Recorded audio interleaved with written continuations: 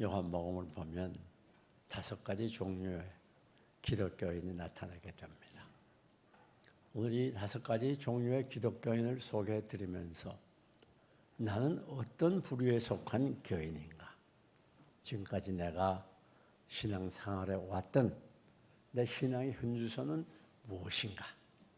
그걸 한번 살펴보면서 이 말씀을 통해서 나의 신앙의 현주소를 깨닫고 보충할 것을 보충하고 또 새로울 것은 새롭고 또 넘어졌다면 다시 일어나는 귀한 시간이 되시기를 주님의 이름으로 먼저 기원합니다. 여기 첫째 부류의 교인은 오늘 읽은 바로 본문입니다. 예수님이 말씀을 증거하실 때에 많은 유대의 관원들이 예수를 믿었습니다. 그러나 그들은 자기가 예수를 믿는다는 것을 드러내지 못했다고 그랬어요. 그 이유는 바로 출교를 당할까 두려웠다 그랬습니다. 이 출교라고 하는 것은 당시에 사형과 같은 무서운 형벌입니다. 출교를 당하게 되면 그 사회에서 완전히 쫓겨나게 되고 같은 국민 간에도 교제를 못하고 또 국민증까지 박탈당하는 아주 무서운 형벌이었어요. 그래서 자기가 예수 믿는다는 것을 드러내지 못하고 조용히 숨겨가면서 예수를 믿었어요. 그러면서 뭐라고 말하는 거 아니? 자기의 영광을 하나님의 영광보다 더 귀하게 여겼다 그랬습니다. 여러분, 이것은 그때뿐 아니라 오늘날로 그런 교인들이 많이 있을 수가 있습니다. 예수를 믿어도 내가 예수 믿는다는 걸 나타내기를 꺼려하고 숨겨가면서 믿는 분들, 그런 분들이 많이 있을 수가 있어요. 그래서 식당에서 회사원들과 더불어 식사를 하면서 드러내놓고 기도를 못해요. 기도를 하지 않거나 또 양심의 가치상 기도해야 되면 그냥 한 1, 2초 눈을 잠깐 감았다 뜨는 그런 경향이 많습니다. 그러니 우리가 분명히 기억해야 되는 것은 내가 믿는 사람이라고 하는 나는 삼손연교회 집사입니다. 권사입니다. 교인입니다. 그 정체를 밝히는 것은 굉장히 중요합니다. 여러분, 예수님께서 말씀하시기를 너희는 세상의 빛이라 그랬잖아요. 자, 우리가 세상에 빛되는 길은 나는 빛이야 그렇게 말하는 게 아닙니다. 나는 삼손연교회 아목의 집사야. 권사야. 안수집사 이렇게 말할 때에 그때 빛이 비추기 시작하는 거예요. 왜 그런가 하면 그때 불신자들이 우리를 보는 시각이 달라져요. 아, 이 사람이 교인이구나. 그러면서 다시 주시하게 되고 관심을 갖게 돼요. 교인이 어떻게 하나 보자. 그래서 우리의 말하는 것이나 우리의 행동하는 것이나 우리의 삶을 살펴봅니다. 아, 정말 교인이니까 다르네. 정말 교인이니까 말하는 게 다르고 행동하는 게 달라. 그렇게 어려움을 겪는다고 하면서도 보면 우리 같았으면 굉장히 우울해지고 절망에 빠질 터인데 늘 저렇게 기뻐하고 행복한 모습으로 살아가는 것 보니 교인인가 봐. 하나님을 믿기 때문에 그런가 봐. 그렇게 인정을 하게 돼요. 나도 예수 믿어볼까? 나도 예수 믿으면 이 어려운 환경에서도 저렇게 행복하게 살 수 있을까? 그게 빛을 비치는 거예요. 여러분, 내가 내 스스로가 예수 믿는 걸 밝히지 않으면 어떻게 되는가 하면 어둠 속에 같이 파묻혀 들어가는 거예요. 야, 오늘 직장 끝나고 회식하자. 술 한잔 하자. 내가 쏘지. 그럴 때 거기 쫓아가가지고 같이 어울리게 되면 벌써 빛이 나타나지 못한 어둠 속에 파묻히는 거예요. 기타 노래방이라든지 여러 가지 그 죄를 범할 수 있는 장소들이 많잖아요. 또 우리가 대화를 나누면서도 불신자는 온갖 더러운 음란한 말들을 많이 하거든요. 그럴 때 우리 신자는 신자라고 하는 것을 분명히 밝히면 오히려 불신자들이 올 때 저 친구는 예수 믿으니까 데려가지 마라. 거기 안 갈 거야. 오히려 예수 믿기가 더 편해요. 좀 예수 믿는 자들이 정말 정직한데 나 같으면 거짓말했을 건데 그 빛을 바라는 거예요. 그래서 여러분들이 앞으로 신앙생활을 제대로 하려면 내 신분을 분명히 밝혀야 돼요. 오늘 본문에 나타난 많은 유대의 관원들은 예수 믿는다는 말을 하지 않았어요. 꺼렸어요. 왜? 두려움이었더라. 예수 믿는 걸 밝히면 불편하고 거치장스럽고 때로는 불이익을 당하고 때로는 힘든 상황에 빠질 수가 있어요. 손해볼 수가 있어요. 그걸 두려워가 있어요. 여러분, 이건 무엇을 말하는가 하면 기회주의자를 말해요. 기회주의자. 내가 예수 믿는 것으로 인해서 얻어진 유익은 마음껏 받고 복을 주신다면 복을 받고 잘 된다면 잘 되고 병도 치유받으면 병도 치유받을 수 있고 그러나 사회적인 그런 편리함과 유익도 내가 뺏길 수 없지. 사회인들과 잘 어울리면서 거기서 하모니하면서 거기서 편리한 것, 유익한 것 다 취하고 양쪽 다리를 딱 걸쳐놓고 예수 믿는 사람들 기회주의자라고. 누가 그런 사람이었는가 하면 성경에 나타난 수제자 베드로가 그렇습니다. 내가 여기 있는 모든 사람보다 주님을 더 사랑합니다. 그렇게 호언장담했던 이 수제자 베드로가 여지없이 넘어지고 예수님을 저주하면서 3번씩이나 부인하는 자리에 들어갔던 이유가 뭐예요? 자기의 신분을 가리운 거예요. 그래서 예수님 십자가에 못 박히기 전날 밤 무시무시한 그런 핍박의 분위기 속에서 내가 예수님의 제자라고 자기 신분을 밝혔다면 괜찮은데 그게 아니라 멀찍이 쫓아갔어요. 여러분, 자기의 신분을 밝히지 않는 사람의 첫째 특징은 예수님을 멀찍이 쫓아요. 그런 사람 치고서 열심히 하나님을 섬기고 믿음 생활을 제대로 하고 하나님 기쁘게 하는 사람이 없어요. 자기 신분을 숨기고 신앙생활하는 사람은 언제나 멀찍이 쫓아갑니다. 기회주의자예요. 그래서 교회에서도 내게 챙길 이권은 유익은 다 챙기고 또 사회 가서도 세속적인 이권 챙길 거 다 챙기고 편리하게 뭐 그렇게까지 말씀대로 순종하고 힘들게 믿을 게 뭐야? 뭐 그렇게 새벽까지 나가서 야단하고 기도할 게 뭐야? 편하게 예수 믿지. 멀찍이 자연을 쫓아. 그럼 이렇게 자기를 숨기면서 예수 믿는 사람들이 멀찍이 쫓아가면 어떻게 되는가? 베드로가 어떻게 됐죠? 들어가서 악한 사람들과 같이 앉았어요. 멀찍이 주님을 쫓는 사람들의 특징은 뭔가 하면 자기를 숨기는 사람들. 그 사람들은 특징이 무엇인가 하면 늘 죄를 범하는 사람들과 더불어 같이 앉아요. 같이 앉아서 같이 대화하고 같이 만나고 같이 교제해요. 아니 우리가 물론 믿는다고 해서 불신자와 관계를 끊으라는 게 아니에요. 그게 무슨 말인가 하면 죄의 자리에 같이 앉게 된다. 그래서 시편 1편을 보게 되면 복 받는 사람이 누군가 제일 첫째 조건이 뭐예요? 죄인의 길에 서지 아니하며 그렇죠. 간 자리와 함께하지 않는다. 그러니까 이 죄를 범하는 자리에 사용하지 않고 계속 쫓아다니는 거예요. 그래서 어떻게 되죠? 예수님을 3번씩 부인하는데 저주하면서 무서운 죄를 범하는 거예요. 그러니까 그 비자가 뭐라고? 야, 내가 예수 제자냐? 내가 너 예수와 함께 있는 거 봤어. 3번씩이나 그러니까 아니야, 나는 예수 몰라. 부인하거든요. 결국 어떻게 되는가 하면 자기를 드러내지 아니하고 적당히 세상과 타협하면서 예수 믿으려고 하는 사람은 이 악인들과 더불어 늘 가까이 교제하고 그들과 더불어 범죄하면서 결국은 예수님을 배신하게 되고 교회를 떠나게 됩니다.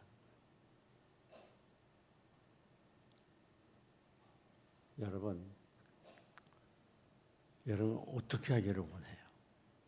이 본문에 나타난 유대의 관원들처럼 그렇게 믿기를 원해요? 자기를 다 감추고 교인이 아닌 것처럼 하고 그렇게 믿으면 잘못 믿는 거예요.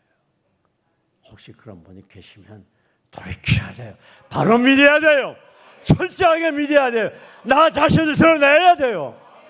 때로는 환난이 다가오고 불이익을 당하고 때로는 왕따가 되고 손해를 봐도 나는 하나님의 사람이요 신앙의 사람이요 믿음의 사람이라는 걸 분명히 나타낼 줄 알아야 돼요. 그게 신자예요. 제가 아주 오래전 얘기입니다만은 병장으로 지대를 했거든요. 쫄병으로. 그래가지고 맨 처음에 훈련을 그때는 3개월 받았어요. 저 논산 훈련소에 갔어요. 그리고 훈련 끝나자마자 부대 배치됐는데 그것이 또 논산 훈련소 부대 배치됐어요.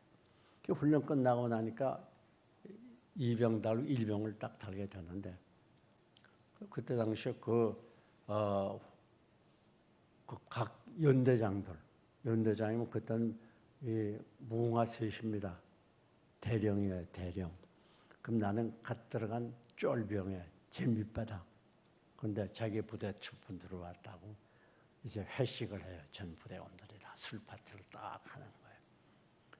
그 쭉 술을 돌아가면서 마시니 그 하늘 같은 대령님께서 탁 술을 따라 최일병 마셔.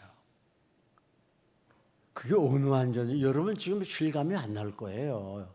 동호 여자들은 뭔지 모르지. 군대 갔다 온 분들 내 마음을 알 거예요. 아니 마지막 쫄병이 그 연대장이 주는 그 어떻게 거부해요? 거부 못해요. 그런데 저는 마셨을까요? 안 마셨을까요?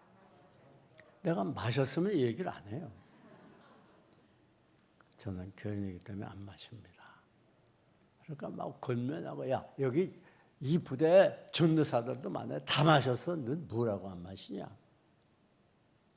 끝까지 안 마셨어요. 그래가지고 밑보여서 고생 좀 했어요. 그러다가 하나님의 은혜로 저 서울 용산 삼각지에서 가추사로 근무하게 됐어요. 여러분 우리가 이 세상에서 살면서 내가 그리스도인이라고 숨긴다는 건 쉬운 일이 아니에요. 말한다는 건 쉬운 일이 아니에요. 그러나 그럴 때에 기독교인다운 기독교인이 되어지는 것이 그럴 때 그리스도의 빛을 나타나게 되는 거예요. 어둠을 밝히게 되는 거예요. 오늘 한국 교회가 이렇게 어지러운 이유가 뭡니까? 다 자기를 숨겨요. 빛을 발하지 않아요. 그러니까 빛을 비춰야 어둠이 물러가겠는데 사회가 밝아지고 죄가 소멸되겠는데 기독교인들이 자기 스스로를 숨기고 빛을 감추어 두니까 사회 변화가 없는 거예요. 두 번째, 어떤 부류의 기독교인이 나타납니까? 두 번째는 우리가 요한복음 6장을 보면 이 베세다 광야에서 예수님이 5천 명을 먹여요. 그러니까 물고기 2마리와 떡 5개 이걸 가지고 5천 명을 먹이는 거예요. 그때 당시 여자와 아이들은 수에 넣지를 않던 때예요. 그렇게 멸시하는 때예요. 그래가지고 다 합하면 언제나 여자가 많잖아요. 남자보다. 한 2만 명 되리라고 성경학자들이 추산을 합니다. 그 많은 사람 다 먹이고 몇 광주리가 남았어요? 12광주리가 남았어요. 그러니까 그때 당시에 모였던 물이 깜짝 놀라서 야 세상에 이런 일이 있는가. 요즘 같은 세계적인 투표로 난리가 날 겁니다. 이 예수야말로 메시아야.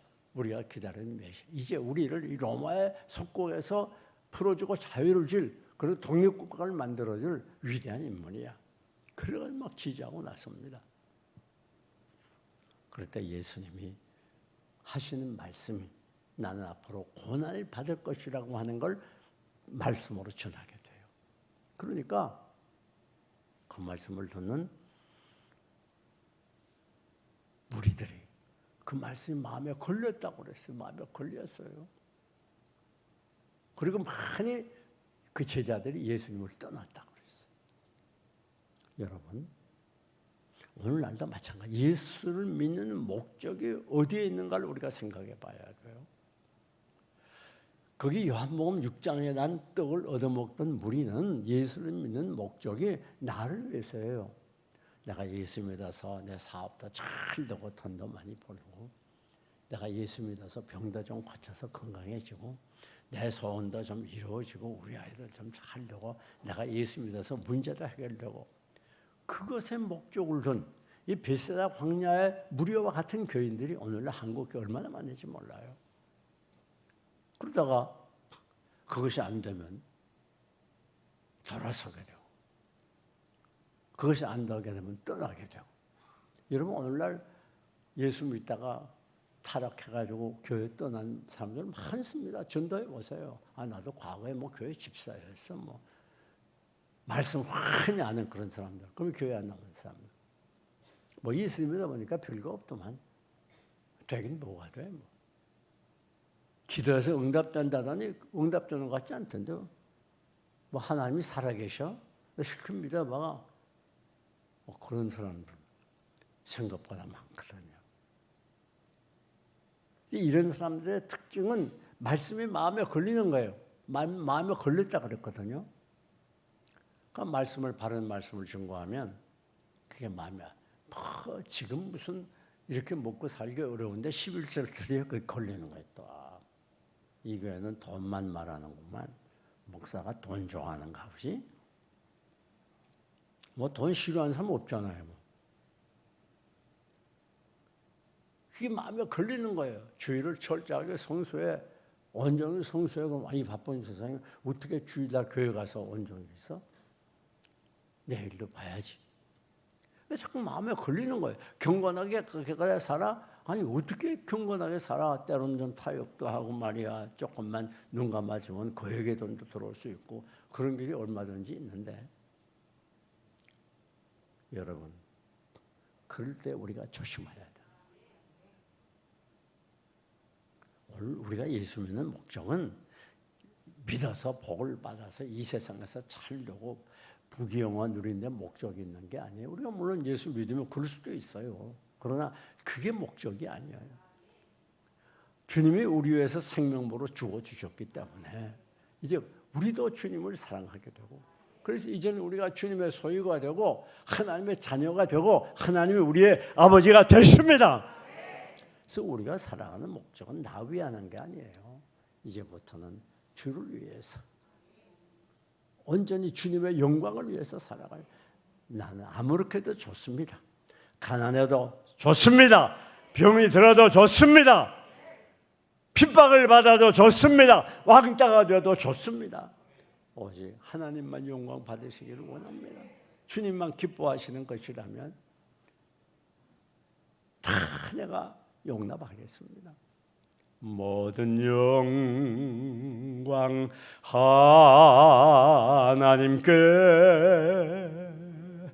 모든 영광 하나님께, 모든 영광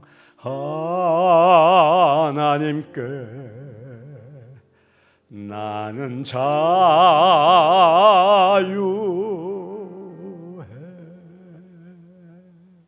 그렇습니다. 우리가 예수 믿는 목적은 내 영광을 위해서, 내 유익을 위해서, 나를 위해 믿는 게 결코 아니에요. 그것은 샤머니즘이에요. 우리나라는 원래 이 종교적인 바탕이 샤머니즘이에요. 그래서 다른 종교들이 우리나라에 들어오면서 그 샤머니즘의 영향을 많이 받아요. 좋은 예를 들면 불교에는 신이 없어요. 빌고 그런 게 원래 없습니다. 그 샤머니즘의 영향을 받아가지고 가서 부처에게 빌고 그러지 않습니까? 불교에는 내세가 없어요. 원래는. 우리나라에 그래가지고 교회들이 과거에 그런 경우가 많았잖아요. 그래서 와서 기도하세요. 하나님께 나온 복을 줍니다. 잘 삽니다. 병도 고침 받습니다. 막 그런 걸 많이 강조했잖아요. 그럴 수 있어요. 그러나 분명히 기억해야 되는 건 우리는 그걸 위해 살아가는 사람이 아니고 그걸 위해 믿는 사람들이 아니에요. 우리의 영원한 본향 천국을 향해서 비록 이 세상이 힘들고 괴로워도 한 걸음 한 걸음 주님을 향하여 천국을 향하여 영생을 향하여 날마다 하나님 찬양하면서 때로는 환난 핍박이 다가와도 때로는 왕따로 손가락질을 받아도 때로는 가난에 고통당할 때가 있어도 때로는 험한 세상에 밤잠 지새우며 눈물을 흘릴 때가 있어도 그러나 우리는 이 세상에 살다가 세상에서 죽을 사람들이 아니기에 우리는 하늘나라를 바라보고 우리의 목적은 영원한 천국의 목적을 두고 날마다 천국을 향해 가는 순례자라고 하는 거 꼭 기억하시기 바랍니다. 세상 것 향하여 살면 안 돼요. 세상 것이 안 되면 낙심하고 실망하고 그건 참 교인이 아니에요. 참 믿음이 아니에요. 세상 것은 어찌되든지 나는 주님을 사랑합니다. 내 지금까지 신앙은 어떤 신앙이었는지 한번 생각해 봐요. 내 신앙의 현주소가 어디 있었는가? 무엇 때문에 내가 예수를 믿었는가? 한번 잘 생각해 보시고 이 말씀을 통해서 여러분의 신앙의 차원을 높이세요. 다음 세 번째, 어떤 신앙의 부류가 있는가 하면 마태복음 7장을 보니까 자기를 나타내려고 하는 신앙의 사람들이 있어요. 무슨 말이냐면 예수님의 이 형제들이 이 예수를 믿는 사람이 아니었어요. 그래서 예수님께 물어야 너 이 나사렛 같은 조그만 촌에서 그러지 말고 저 유대로 나가. 큰 데로 나가서 한번 마음껏 네게 있는 기적을 행하고 큰일 해봐.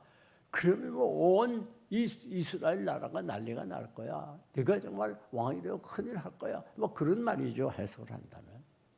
그렇게 권면을 합니다. 오늘날도 이렇게 예수 믿는 걸 보면 그런 세속적인 데 목적을 두는 사람이 많이 있어요. 쉬운 예를 들면 지금 뭐 우리 교회가 조그만 교회니까 그런 게 없습니다만은 그전에는 초대형 교회를 목회했으니까 이 선거철이 이렇게 되면 국회의원들이 줄을 달아와요. 큰 앞에 앉아가지고 헌금 맨입하고 그리고 교인들에게 소개를 해달라는 거예요. 왜? 자기의 그 목적을, 정치적인 목적을 이루기 위해서. 여러분 그런 사람 치고 신앙이 별로 없어요. 정치하면서 예수 믿는다는 사람들 크게 엉터리입니다. 엉터리. 주님을 사랑하는 참 신앙이 별로 없어요. 뭐 다 그렇다는 건 아닙니다만은. 그러니까 이 명예를 중요시 여겨요. 이 교회를 이용해요. 또 교인들 중에서 나는 암흑의 장로입니다. 집사입니다. 안수 집사입니다. 명함을 만들어가지고 그걸 장사하는데 이용해요. 그래서 큰 명함을 돌리는 거예요. 왜? 내가 교회 장로고 안수 집사니까 나 믿을 수 있어. 그러니까 내 사업 믿을 수 물론 맘 놓고 사. 바로 그 말이거든요. 그러니까 별로 그렇게 모양새가 좋은 거 아니죠. 그러니까 교회에서는 누구가 됐든 경제적인 면에 거래하면 안 됩니다. 교회는. 어떤 면이든 교인을 찾아다니면서 그러면 안 돼요. 자칫하면 교회 시험 들기 쉬워요. 뿐만 아니라 오늘 사람들이 교회 나오시면 정말 은혜 받고 주님을 만나서 성령 충만하고 그래야 되는데 그렇지 못한 사람들이 많이 있거든요. 종교인들, 교회는 열심히 나오고 헌금도 드려요. 겉보기에 아주 그럴듯한 종교인들인데 그러다 보니까 사람들이 속을 모르잖아요. 그분들 장로도 시키고 집사도 권사 다 시켜요.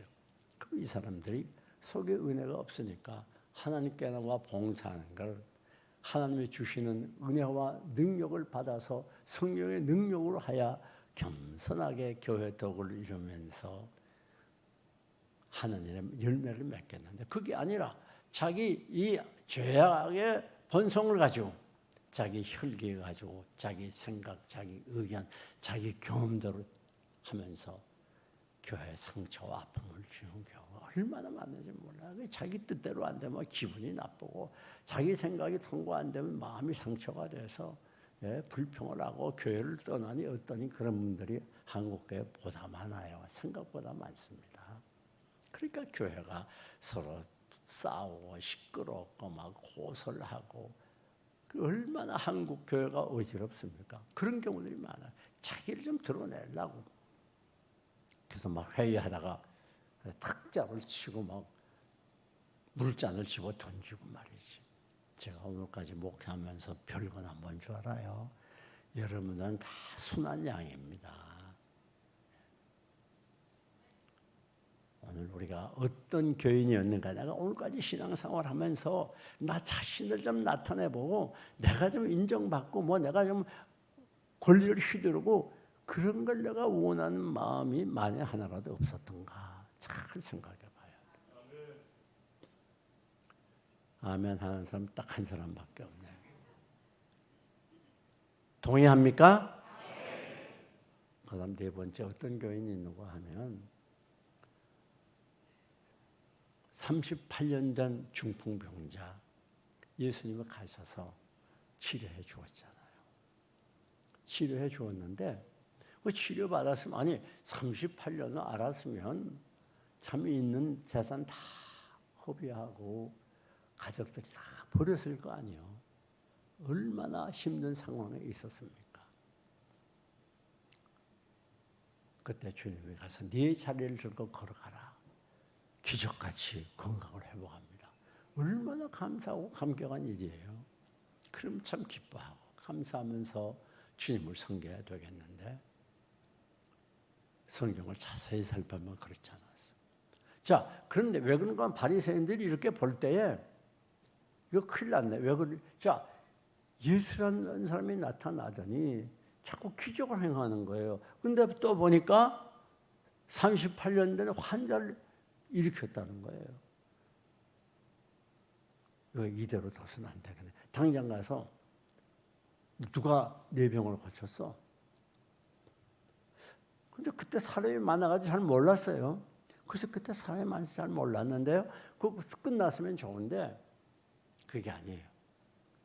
내가 이거 얘기 안 했다가는 큰일 나지. 출교당하지. 그래가지고 일부러 바리새인들을 찾아가서 내가 생각해본 내가 만난 사람이 예수님이다. 왜? 그 후에 예수님 한번 만난 적이 있거든. 바리새인들이 잘 됐다. 병을 고친 날이 안식일이에요. 안식일은 그들의 법에 의한 병을 못 고쳐요. 여러분, 예수를 믿어도 이런 신자들이 있을 수가 있어요. 하나님께 많은 은혜를 받고 복을 받았지만 문제가 생기고 힘이 들면 책임을 다 예수님께 돌려. 예수님께서 이럴 수가 있나? 나를 사랑한다더니 뭐 내가 왜 기도해도 응답이 안 돼? 내가 왜 이렇게 큰 환난이 다가와? 내가 아무리 노력해도 안 되고 사업은 점점 막막하고 이대로 가면 끝장 아니야? 하나님께 대한 원망이 돌아가는 거예요. 아니 여러분 공부는 쉬쉬하게 해놓고 기도 열심히 해서 나 좋은 대학 들어가게 해달라고. 근데 떨어질까요? 붙을까요? 잘 모르겠어요. 아무리 기도 많이 해도 공부 안 하면 못 들어가는 하나님 공평한 하나님이에요. 심은 대로 거두게 하는 하나님이에요. 그 책임은 지가 공부는 안 했고 책임은 하나님께 떡 돌린단 말이에요. 여러분 어떻습니까? 뭐 하다가 일이 안 되고 문제가 생겨 몸이 병이 들고 사회 막 내리막길에 달리고 먹고 살기 힘들어지고 그 사회에서 왕따 되고 부부간에 문제가 심각해져. 그럼 하나님 왜 이렇게 하지? 하나님 계신다면 왜 이렇게 해? 하나님 원망하고 불평하고 책임을 하나님께 돌리는 나는 그런 수준에 있지 않는지 한번 생각해 봐요. 그건 참 신앙이 아니에요.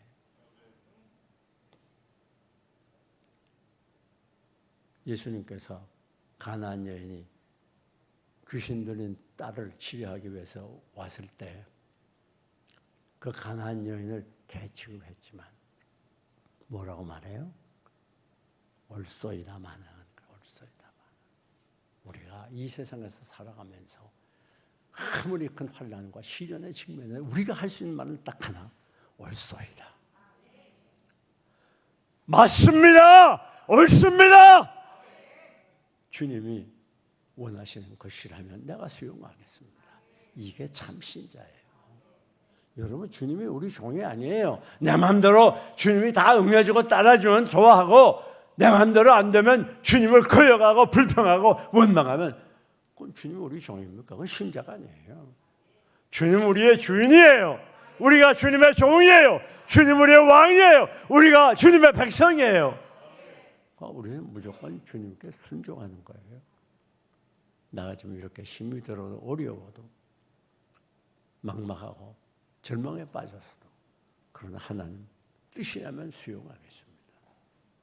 그럴 때 기적이 나타나게 되는 거예요. 아, 내가 보니까 신앙이 좋구나. 내가 맞지? 내가 해결해 주지? 그 단계를 뛰어넘어야 되는데 그 단계만 뛰어넘으면 하나님의 놀라운 역사와 기적이 나타나겠는데 그 단계를 뛰어넘으면 다 거기서 넘어지는 거예요. 나는 어떤 교인이었는가 한번 내 신앙의 현주소를 살펴봅시다. 하나님 여러분을 위하여 모든 좋은 것 다 준비해 놓으셨어도 우리가 힘들다가 불평하면 그 하나님의 아름다운 선물과 교육은 결코 이루어지지 않습니다. 그 단계를 뛰어넘으세요. 마지막 진정한 그리스도인, 참 그리스도인 또 나타나요. 요한복음 9장을 보게 되면 나면서부터 소경인분이 나타나게 됩니다. 근데 예수님께서 이 소경을 보고 진흙을 침에 발라가지고 이겨서 눈에 붙여줘요. 저 실로암 맛에 가서 씻으라. 그 실로암 맛에 가서 씻으니까 웬일입니까? 눈이 열리고 보게 돼요. 세상에 이런 일이 어디가 있어요? 본인도 놀랐지만 늘 이 시력 장애인을 보던 주위 사람들이 놀랐어요. 이야, 어떻게 저 사람이 눈을 떴지? 깜짝 놀라가지고 바리새인들에게 데려가요. 이 사람이 이렇게 나면서부터 눈을 못 봤는지 눈을 떴습니다. 그러니까 바리새인들이 야, 너 어떻게 떴어? 너 눈을 뜨게 준 사람이 누구야? 그 예수입니다. 누구야? 예수입니다. 그런다. 그 답답하니까 바리새인들이 큰일 났거든. 왜? 저 예수라는 사람이 저렇게 자꾸 기적을 행하니까 자기들의 인기를 다 뺏어가고 시기 질투 났거든. 부모에게 가서 당신 아들이 지금 눈 떴다 하는데 사실이요? 그러니까 이 부모가 생각해 보니까 자칫 잘못하면 출가당했거든. 아니요, 그 아이, 우리는 잘 몰라요. 그 아이를 내가 낳았다는 것하고 그 아이가 소경되었다는 건 내가 압니다. 그 다음 우리 잘 모릅니다. 딱 떠넘겼어. 그 아이가 이제 자 성장했으니까 아이에게 가서 물어보세요. 그래 가서 야, 너 눈 누가 뜨게 했어? 예수님이 했다니까 왜 자꾸 물어봅니까? 그러면 이 소경되었던 자가 뭐라고 말하는 거 하면 예수님은 하나님께로부터 온 선지자입니다. 창세 이후로 소경에 눈을 뜨게 했다는 말을 들어본 적이 없습니다. 그러니까 이 바리새인이 화가 벌컥 난 거예요. 야, 네가 죄 가운데 나서 우리를 가르쳐? 그래가지고 출교당하고 말았어요. 무서운 형벌을 받은 거예요. 오늘 우리가 여기서 꼭 기억해야 됩니다. 이 소경이었다가 눈을 뜬 이 사람이 왜 출교를 당했는가? 그때 당시에 받을 수 있는 사형과 같은 가장 큰 형벌을 받은 이유가 뭔가? 예수 그리스도를 전하기 위해서. 너가 진정한 그리스도인이라고 하면요, 예수 그리스도를 전하기 위해서 핍박을 감내하는 사람, 환난을 당할 각오를 가진 사람, 어떤 환난 시련이 다가와도 예수님 떠나지 아니하고 증거할 수 있는 사람, 그 사람이 참 그리스도인이에요. 오늘 한국교회 그런 교인이 얼마나 되겠습니까? 이렇게 막 코로나라고 하는 폭풍이 몰아치니까 후두둑 다 떨어지잖아요. 얼마 전에 우리 병권사님이 불신자에게 복음을 전하다가 혼이 났는가 봐요. 온갖 쌍소리를 다 들었대요. 내가 그런 소식을 듣고서 권사님 만나자마자 축하합니다. 하늘의 상급이 크다 그랬죠. 여러분, 복음을 전하려고 하면 마귀가 자기 자식을 결코 호락호락 내주지 않아요. 기분 좋게 받는 사람이 별반 없습니다. 무시하는 말을 하거나 역정을 내거나 하다못해 어느 집에 들어가서 복음을 전하니까 부정탄다고 소금을 뿌리는 사람도 있었어요. 별 희한한 사람 많습니다. 저 부산의 선임 목사님 복음 전한다고 해가지고 막 낫을 들고 와서 죽인다고 막 고함지고 그랬대잖아요. 그렇게 해도 또 가니까 나는 예수 믿었대죠. 그게 장로가 됐다래. 두려워하면 안 됩니다. 오늘 우리가 예수 믿는 것은 생명을 내어놓은 것이에요. 죽을 각오하고 믿는 거예요. 적당히 타협해 가면서 그렇게 믿으면 안 돼요.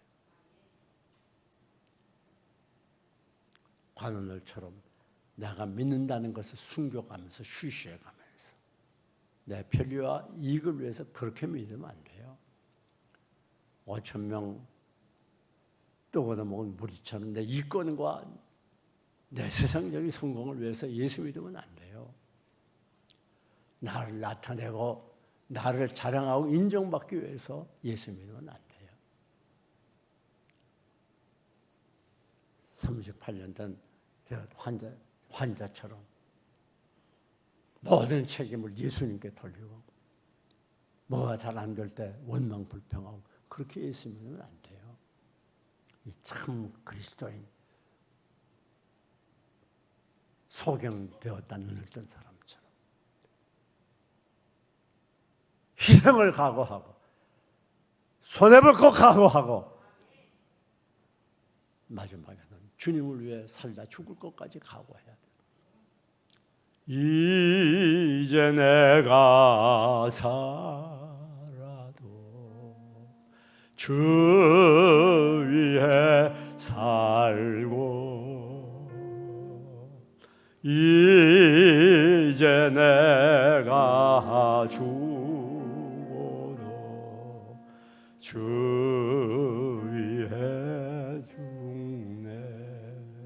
우리가 살아도 주를 위하여 살고 죽어도 주를 위하여 죽나니 그러므로 우리가 사나 죽으나 주의 곧이로다 고백했던 사도 바울처럼 사랑하는 여러분, 그렇게 예수님을 3번씩이나 배신했던 베드로 결국 어떻게 됐습니까? 복음 증거를 위해서 예수님이 똑바로 십자가에 못 박혔는데 나 같은 죄인이 어떻게 그렇게 못을 박힙니까? 나는 거꾸로 십자가에 못 박아 주세요. 전설에 의하면 그렇게 순교했다는 일화가 있습니다. 예수님의 제자들 모두 복음을 증거하다가 순교했어. 과거에 많은 환난 핍박받고 감옥에 들어가고 생명보로 순교했던 모든 우리 선배 신앙인들 모두 순수한 예수 복음 전하기 위해서 살아계신 예수님 증거하기 위해서 우리의 구주인 예수 증거하기 위해서 그렇게 살다가 먼저 하늘나라로 가지 않았습니까? 이것이 우리 그리스도인들의 삶입니다.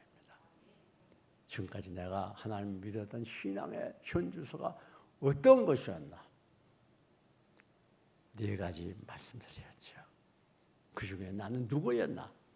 한번 반성하고 회개하면서 하나님 참 그리스도인이 되게 해달라고. 마지막 때가 됐어요. 세상이 너무 악해져. 이제는 평범하게 왔다 갔다 하다가는 신앙이고 뭐가 없어요. 다. 이제는 생명벌을 가고 순교적인 신앙으로 예수님의 참 제자가 되시기를 주님의 이름으로 축원합니다.